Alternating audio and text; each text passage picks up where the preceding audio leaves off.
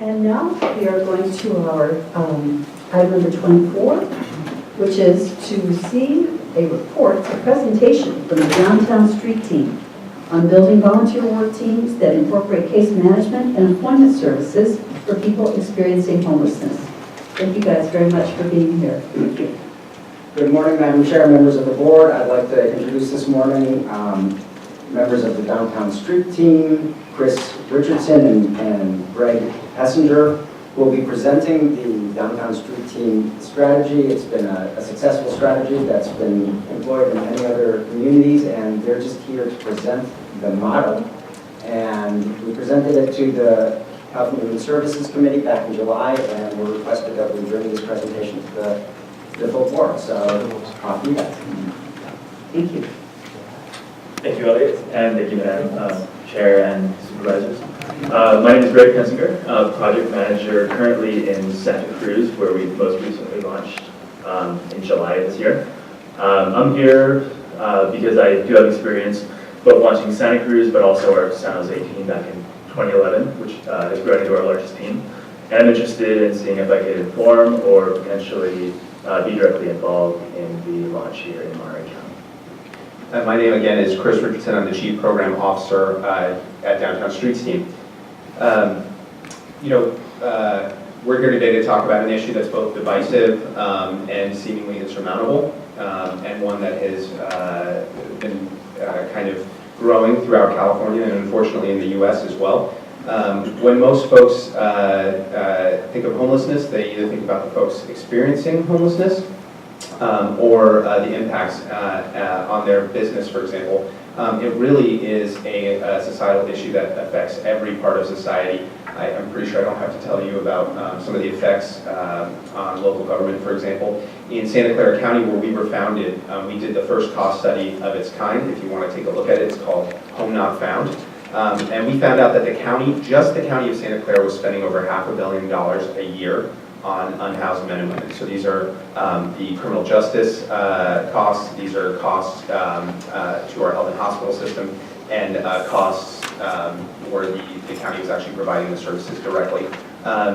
We know our local police departments and the greater criminal justice system is impacted, the public health system, as I mentioned. The environment is one sometimes we don't think about, but we get to see on a daily basis. Both Greg and I worked in the jungle in San Jose. This was called the biggest encampment in the country at one point. In San Jose, got a lot of international attention because it was so close to a lot of these really wealthy high-tech companies. It was also on Coyote Creek, which fed into the bay and thus the ocean. And unfortunately, the 300 to 500 people that were living there had no garbage services. When they had no hygiene services, they couldn't take a shower. They had no place to go to the bathroom. And so it was an environmental disaster, quite frankly, in addition to a humanitarian one. I'll give a quick little aside. My dad, who worked in Haiti right after the earthquake, came to visit me, and I showed him the jungle, and he said, "I can't believe this is America," right? The impact both from a human and environmental perspective. And then I'm sure you hear a lot about the effects on tourism, local businesses, which is actually how Downtown Streets Team was founded. The Business Improvement District in Palo Alto in 2005 was newly formed, and identified panhandling and unclean streets as kind of the two biggest barriers. Downtown Streets Team was formed from that Business Improvement District, and really early on we wanted a way for folks that were living on the streets to have a productive output in their community, which is something that is not unfortunately offered to the folks that are most marginalized in our community. I think you're next. So we'll talk a little bit more about how our services have evolved over the years, but very early on, we kind of wanted to know what are homeless men and women dealing with on a daily basis, and what is really affecting negatively their ability to kind of recover from homelessness.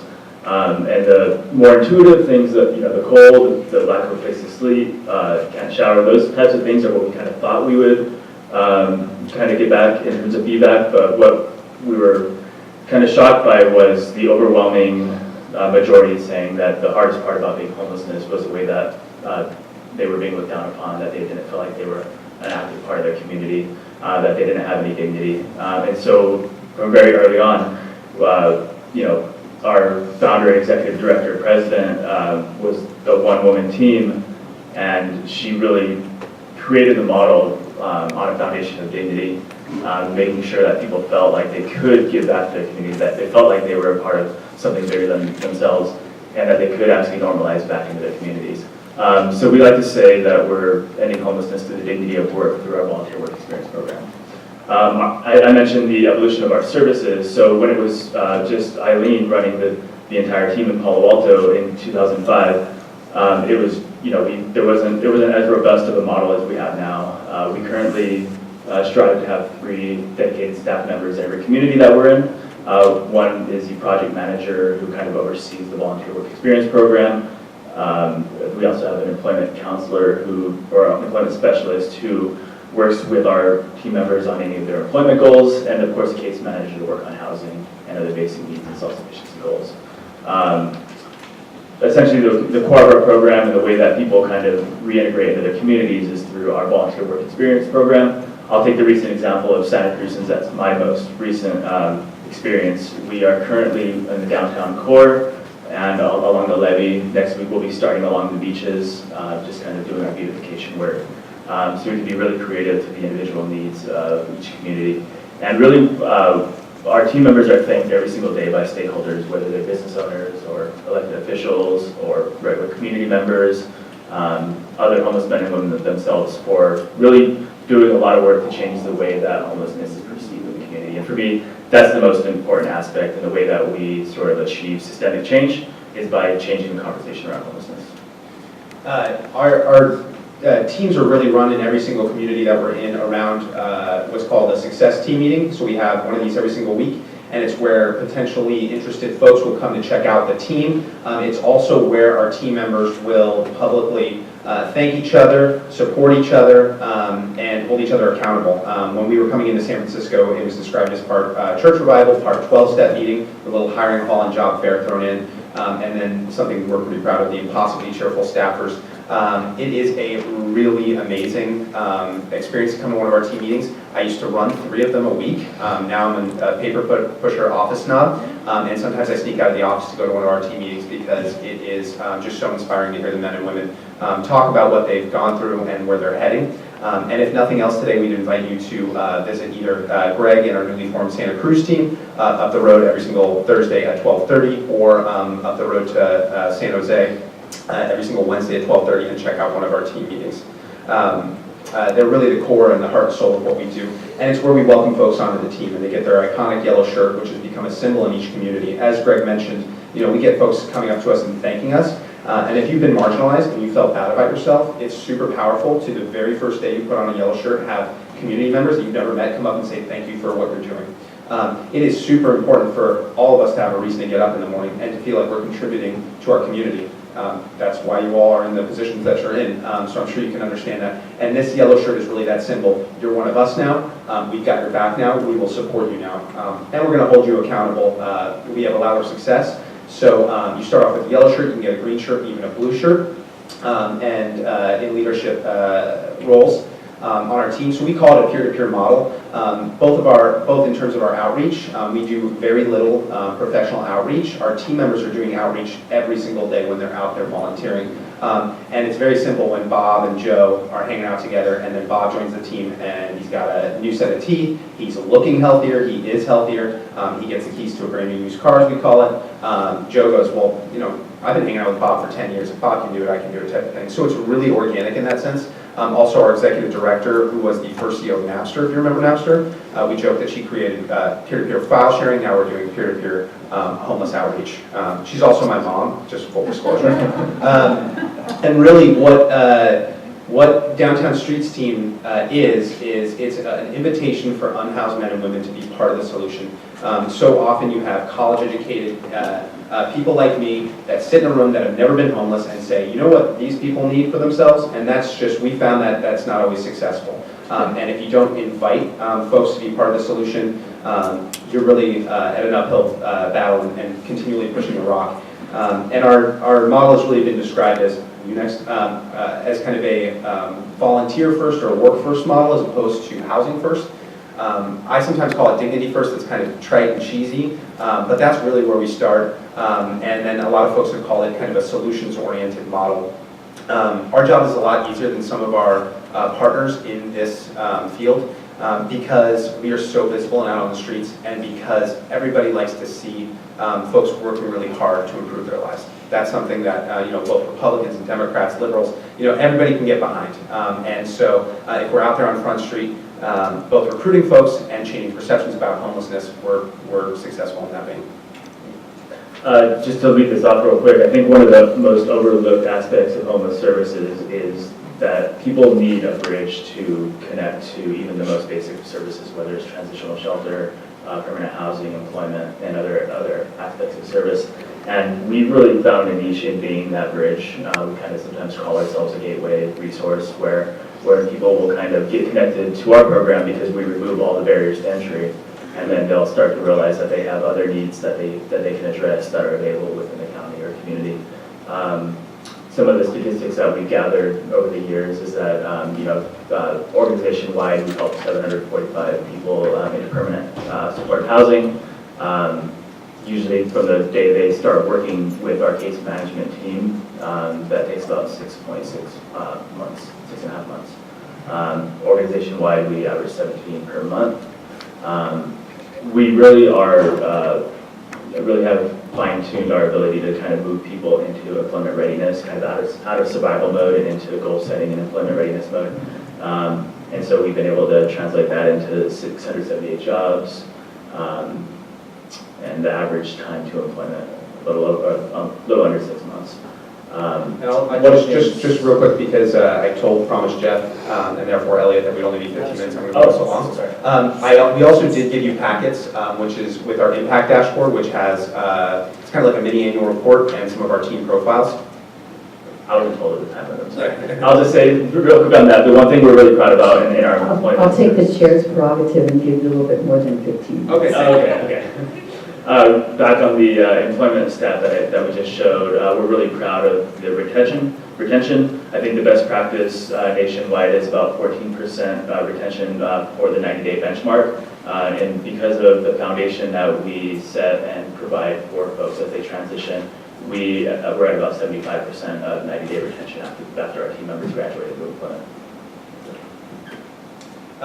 One thing we do every 6 months is do an anonymous and optional survey of our team members. And really, like I said, we're always worried about folks' dignity, self-esteem, and that's where we feel that we are, that's where we start from. And so if we have a high rate of working with folks that are living on the street that have barriers, and we can lift them up internally, then they can be more successful. And we found this number is actually 93% now. We do this every 6 months, and it's probably the most important impact stat we have. We're joking about what does a dignometer look like.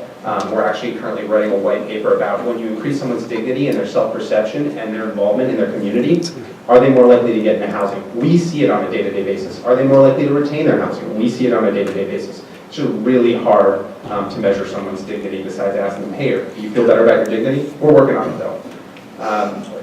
Okay. In my job, focusing on expansion, I get calls from across the country, even as far away as London, believe it or not.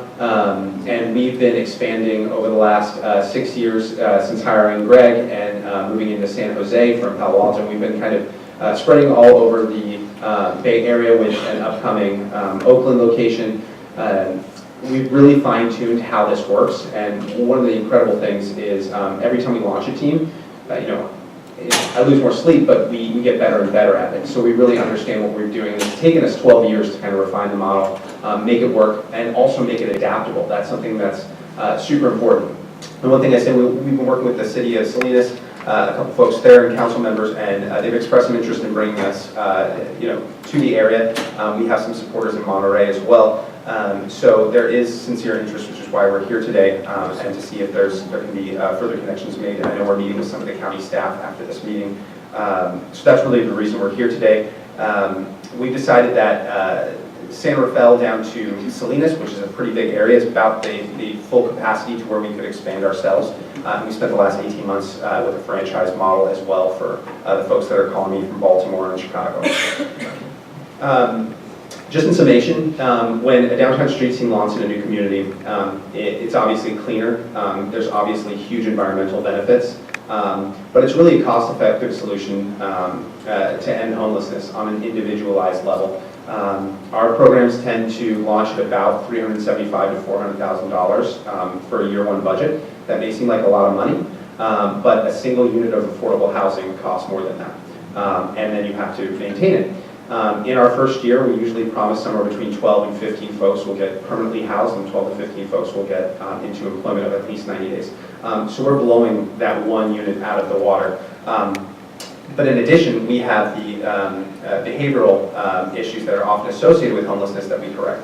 I can't tell you how many folks we work with that say, I used to be a litter bug, now it's my job to clean the streets, and I would never do that. And so it really has that impact. It's immediate. Day one, we see impact.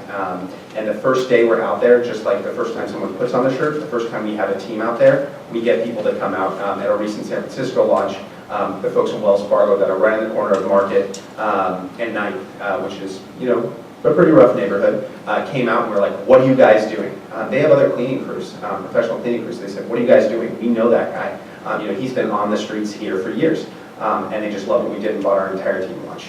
That's the kind of good PR that we need for the unhoused community. It's the kind of mechanism for the business owners to get involved as employers, as supporters. We have a ton of sponsors. It's really a non-divisive, let's all surround this on a solution that we can agree upon type of model.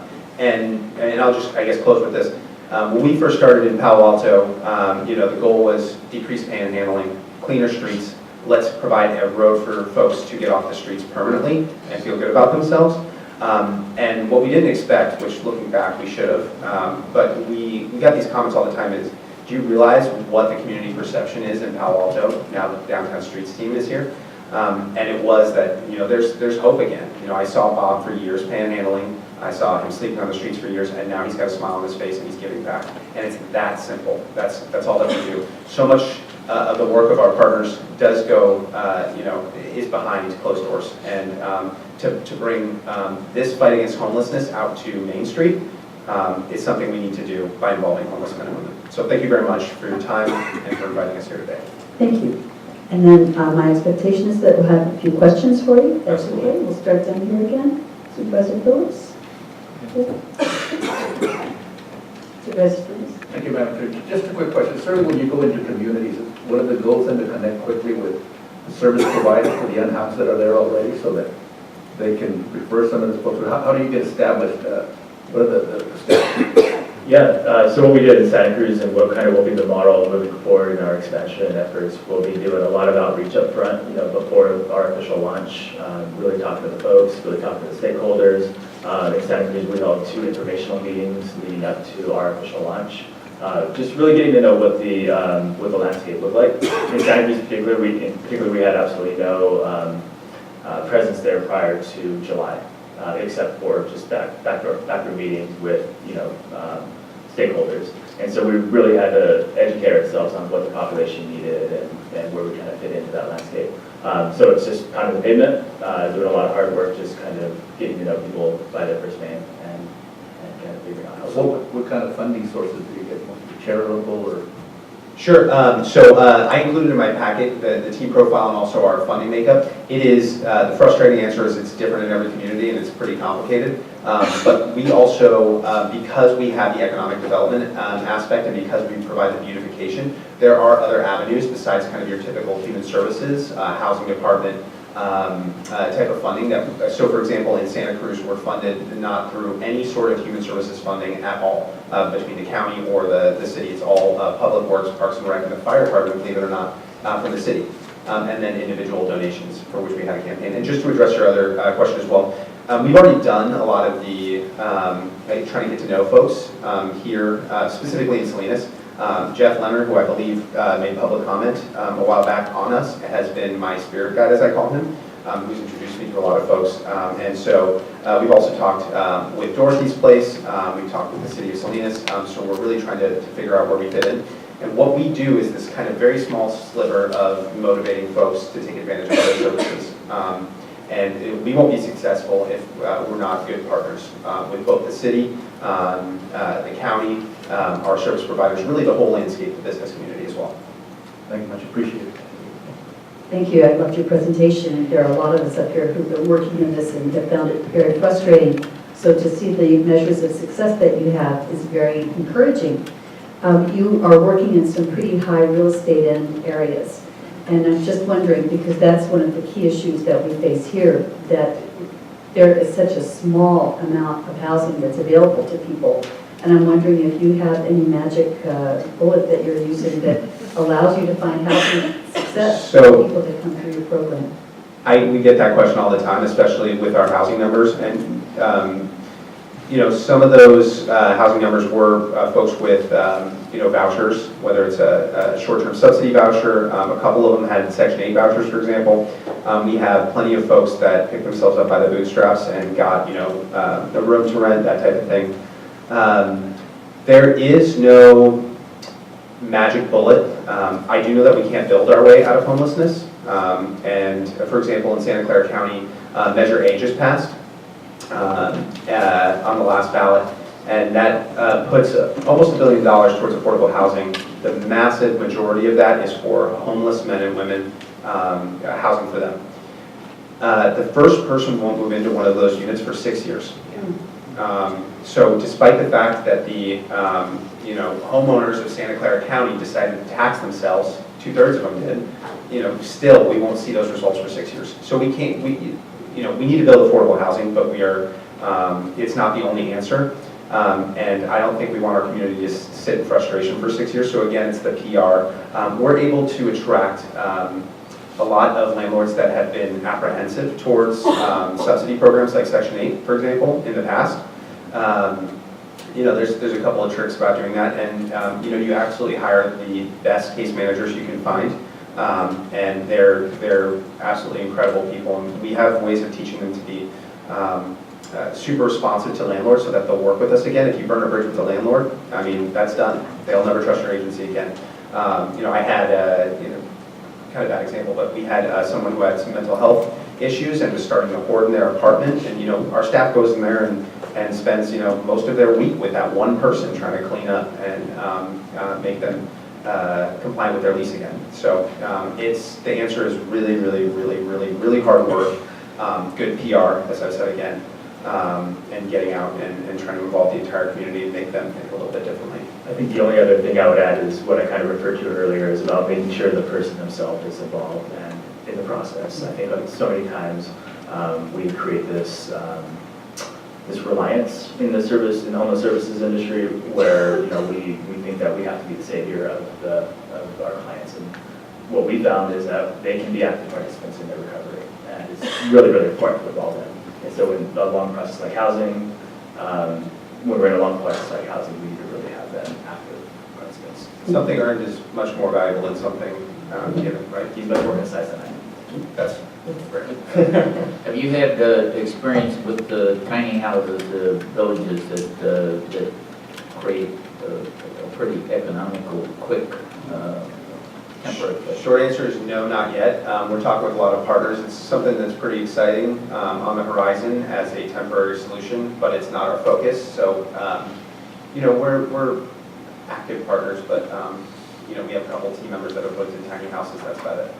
I'll just say that in Santa Cruz alone, there's 3 or 4 initiatives for similar Conestoga type villages or dignity villages that are kind of being worked on, and a lot of the organizers really want to use our team as a subset pilot because, again, we're building structure within these folks. There's accountability, so they want to see how those concepts can work with a sort of a structured program behind them.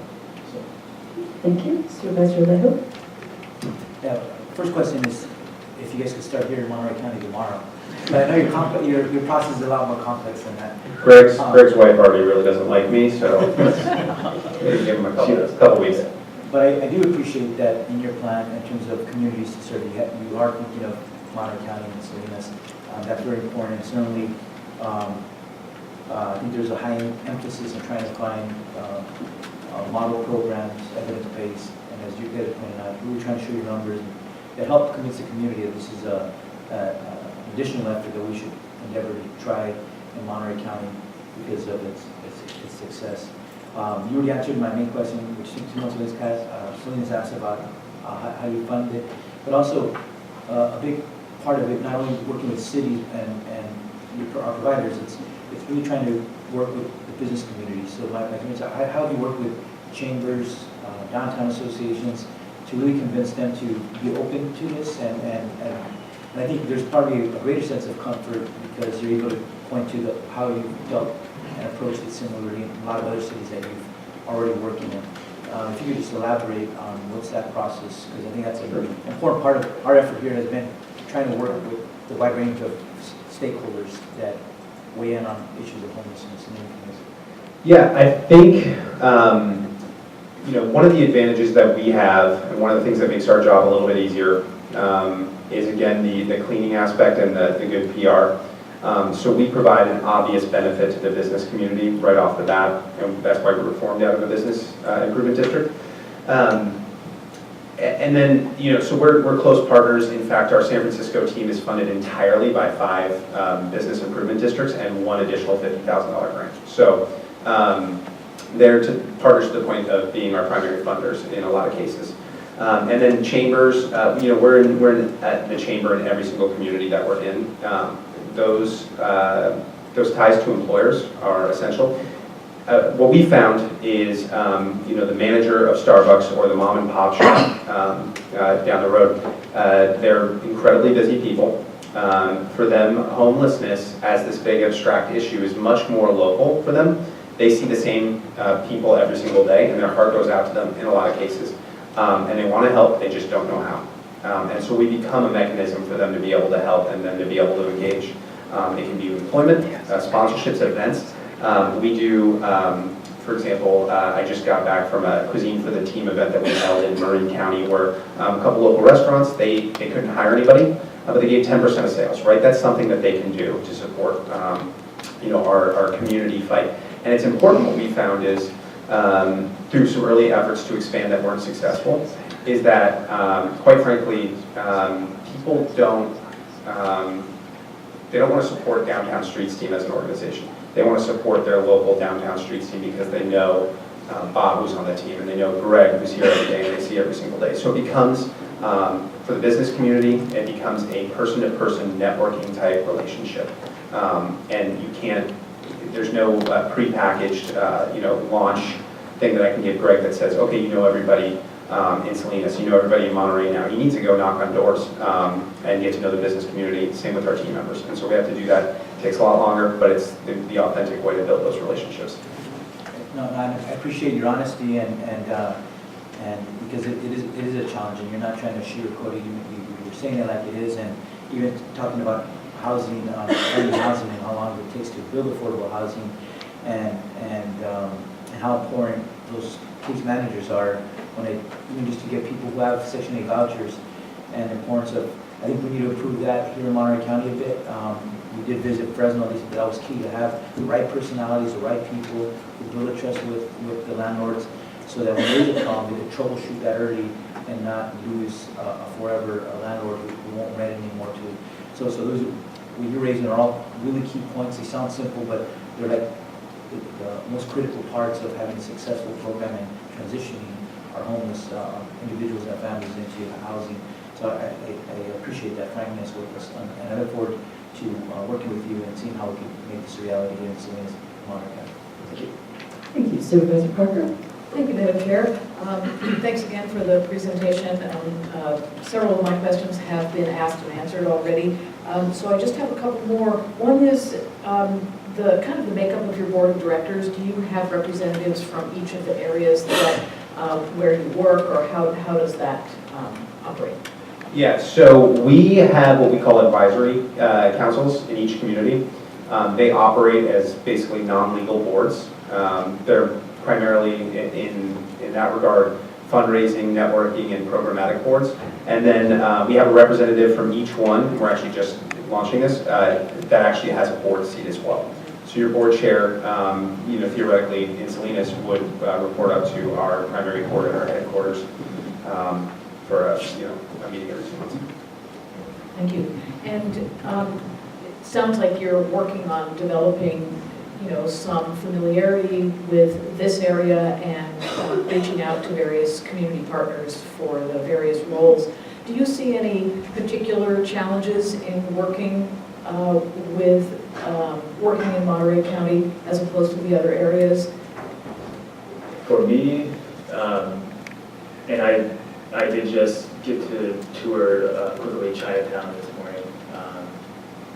To me, I don't know that we've ever entered an area that was in that state before, where it's basically Permanent? It's basically like a large encampment with service providers being the only active sort of organizations in that area. I think if the end goal of the county and city of Salinas is to revitalize that area, I think that would be a particular challenge, but something that I think we would be a key piece to, and something that we would definitely take on. I would be excited about it, honestly. It's just, if you ask about challenge, I think that would be one of the big ones. Yeah, and I mean, we work in Marin County, which is predominantly, unincorporated farmland. So that's similar, but that may be another challenge for us as well. It's a little more rural than we're used to in the Bay Area. Thank you. And in my district, right now, we are trying to work on a safe parking program. We have a number of people who are living in vehicles. I know that they're living in vehicles in many of the jurisdictions. But do you have any experience with engaging that particular, they're housed in a sense, particularly if they're in an RV, but people living in their cars, are those folks that you've had experience engaging? So most of our experience that I could recall is in Palo Alto, where actually Chris helped devise the plans for a proposed safe parking program. It never came to fruition because a lot of the community there was a lot of community backlash, and they weren't able to resolve some of those concerns. Yeah. Okay. And then more recently, our case manager in Palo Alto participated in partnership with the city of Palo Alto on a survey of those living in recreational vehicles and cars to kind of get an idea, some context for a long-term resolution for that population. Yeah, so we work with everybody, even folks that are at risk of homelessness as well. Our only requirement is that folks are 18, period, end of story. Bill Gates could walk through and get on our wait list and join the downtown streets team and claim that he's at risk of homelessness. But 87% of our folks, last time we did the numbers, were HUD classified as homeless. So that means living in your car, a place not suitable for habitation, so long as they also have a disabling condition, for example. But it's really no different. Oftentimes the folks that are sleeping in their cars versus a tent have fewer roadblocks. They have security at night to some degree, but we work with everybody just the same. Thank you. Thank you. Thanks very much. Are there any members of the public that would like to comment on this issue?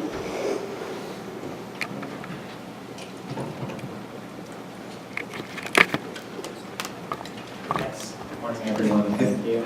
I'm Jeff Miner. I'm a social worker, and I'm in Chinatown. Actually, paid for. My contract is paid for by the county, so this kind of completes the cycle here. And I started my own sort of streets team about 3 years ago in Chinatown. There was, all the dumping that was happening there, that people were bringing in couches and whatnot, and thought that was a good thing, and obviously it's not. So we work really closely with Public Works here in the city, with Barry Peterson and Don Reynolds, and we developed our own team. And then I was at a party at my mother-in-law's house, and somebody mentioned the downtown streets team and said I should go and check it out. So I went down there, and I think that was about 3 years ago.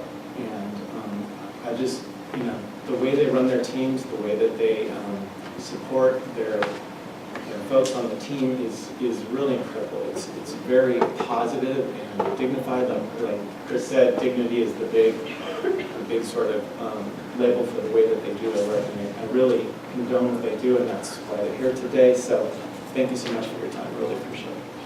Thank you very much.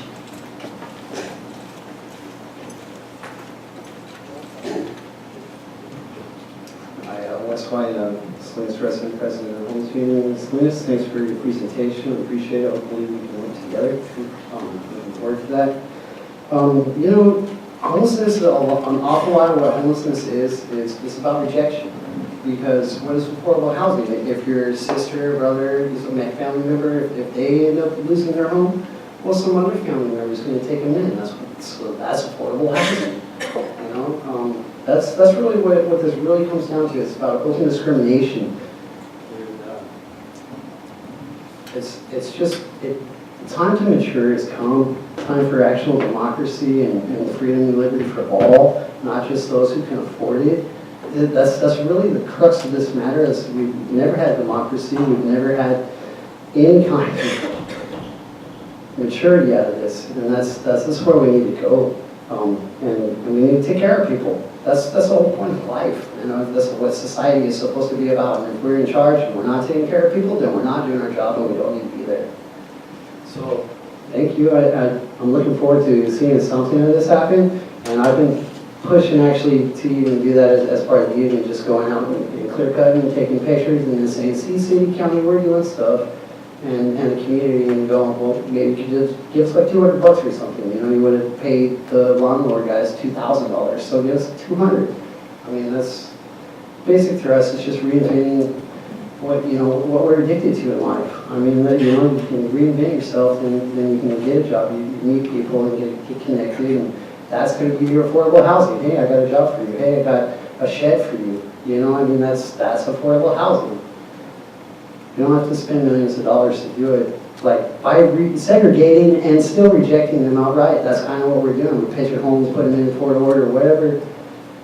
Just need to integrate people and accept them for who they are, for their own individual whatever, and realize that everybody's got to grow, and we all have faults, and recognize those too, and improve. We don't start our 12 steps now, we're not going anywhere. Thank you for your comments. So, Mr. Robinson, do you have any final remarks? No final remarks, but I'm very pleased to hear the report, and there is hope. Thank you. Thanks, and you guys have really given us hope. Thank you. Thanks so much for having us. Excellent That's an open report. invitation to one of those team meetings. Excellent. Thank you very much.